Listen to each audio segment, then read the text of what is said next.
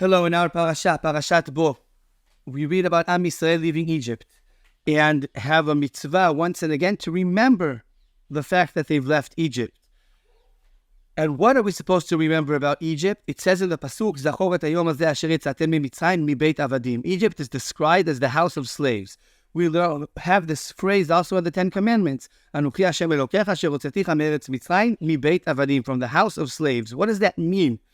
The Rashal Hirsch explains that a house of slaves means that from generation to generation, every family is in a stable condition of slavery. Nothing can change, and suddenly the improbable becomes a possibility. Something that looked impossible appears. Hashem takes Am Yisrael out of Egypt and miraculously intervenes in history and changes something that seemed very clear where it was going to, and it became something completely different. A group of slaves became a nation that will influence the world for years to come. And this is the story that the Ramban explains as the major essence of Sipur Yetziat Mitzrayim.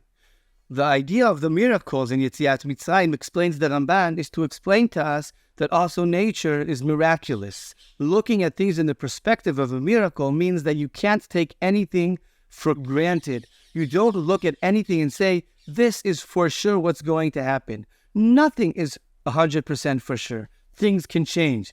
Jewish history proves that once and again. When Am Yisrael was in a good situation, in 2 minutes things turned upside down. When Am Yisrael seemed like we were in a terrible situation, in 2 seconds, that also turned upside down. And Am Yisrael was saved. We see that once and again, and we saw that before the existence of Medinat Israel. We had the Holocaust, and a few years later, Am Yisrael managed to get up, create a country, win wars, something that seemed really impossible a few years before. Also, now, this war that we're in is one that started out in a split second where things just turned upside down and shook us in a very strong way.